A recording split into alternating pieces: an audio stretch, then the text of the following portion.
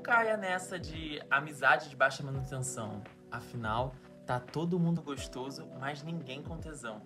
E lembre-se, não é porque você é gay que você não é machista. E o que o Cusco tem a ver com isso? Oi, eu sou o Pedro Henrique Cabo e esse é o quadro de conteúdos até eu arrumar um emprego. Amizade de baixa manutenção. É um novo sonho de consumo do jovem moderno que anseia por uma vida sem cobranças, na qual supostamente sua autonomia é inabalada. Mas nem eu, como um bom aquariano de espírito livre e tal, concordo com essa prerrogativa. E eu te explico o porquê. O termo amizade de baixa manutenção já parte do princípio que a amizade é um produto, né? Porque só precisa de pouca manutenção aquilo que tá funcionando bem, tipo um carro, um celular, uma airfryer. Então, coisa feita para render mais, dar menos trabalho. Mas desde quando relação boa é relação que não demanda nada? O Dr. Drauzio Varela revelou que uma pesquisa de 2023, feita pela Unicamp, que perguntou para quase 8 mil brasileiros idosos com que frequência eles se sentiam sozinhos, né? Quase 17% responderam sempre e mais de 30% responderam algumas vezes. E eu não tô aqui defendendo a performance da amizade perfeita, como é vendida pra gente, né? Colarzinho de BFF, troca de mensagem o dia inteiro. Até porque quem é meu amigo, de verdade, sabe que dentro desses moldes eu seria um péssimo exemplo. Fico meses, até anos, sem ver algumas pessoas. Mas o ponto é outro. Você não precisa transformar a amizade de baixa manutenção num objeto de desejo só para justificar um desleixo afetivo. No fundo, o discurso é bonito, mas tá só maquiando uma contradição.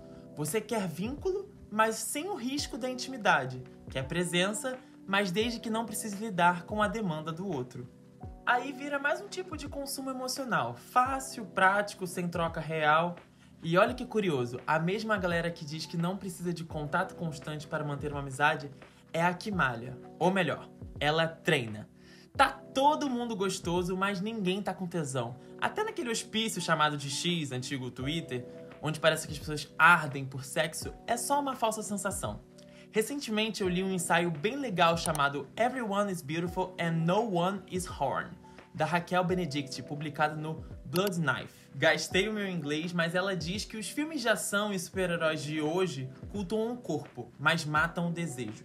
O desejo morreu sufocado por stories e creatina. Cada vez mais vemos corpos que deveriam ser desejáveis, mas que não incitam desejo nenhum. O culto ao corpo virou a nova religião. Corpo sarado, lisinho, perfumado, mas o desejo mesmo morreu. Um monte de homem gay que só toca no outro na hora do pump do supino. A estética do sexo substituiu o tesão. A gente aprendeu a performar o desejo, mas desaprendeu a sentir.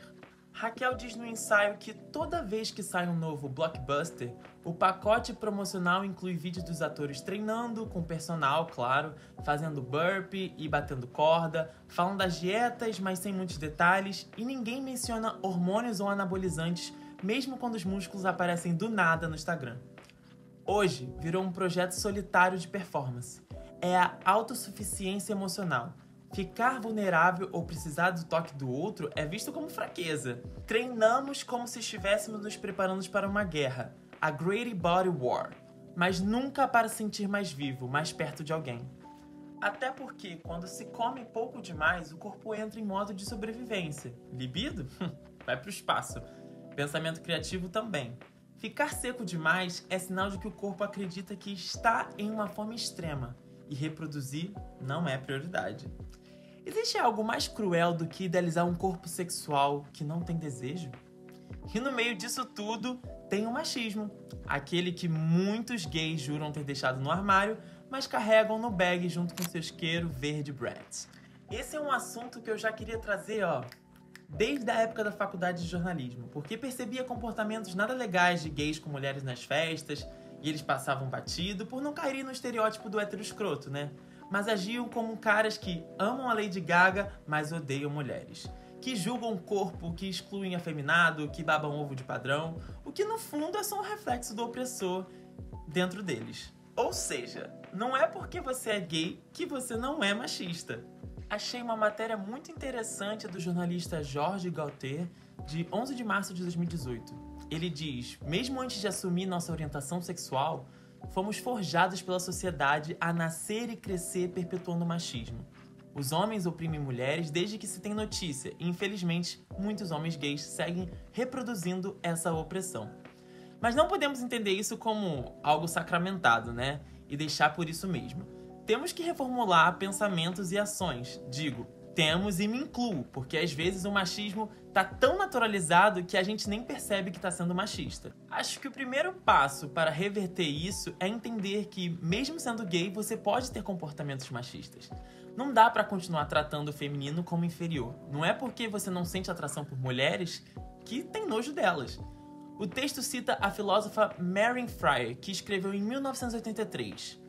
Dizer que um homem é heterossexual implica somente que ele mantém relações sexuais exclusivamente com o sexo oposto, ou seja, mulheres. Tudo, ou quase tudo, que é próprio do amor, a maioria dos homens héteros reservam exclusivamente para outros homens. Ou seja, não é porque você não sente desejo por mulheres que pode tocar, comentar ou invadir o corpo delas à vontade, como se fosse inofensivo.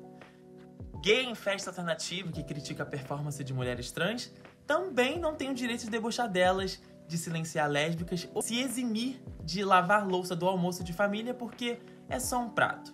Isso tudo é repetição da mesma lógica masculina que a gente vive criticando nos héteros. A diferença é que a gente joga um glitter por cima e chama de humor ácido ou personalidade forte. E é aí que entra o Cusco. Sim, Cusco apresenta traços clássicos de narcisismo, senso de superioridade, falta de empatia e uma visão distorcida de sua importância. Ele trata os outros como instrumentos para seu próprio desejo, né? Como mostra a decisão de demolir a vila do Pátia para construir a Cuscotopia. No fundo, ele é o retrato do homem criado para achar que o mundo gira ao redor do seu umbigo. Uma caricatura de poder, vaidade e falta de empatia.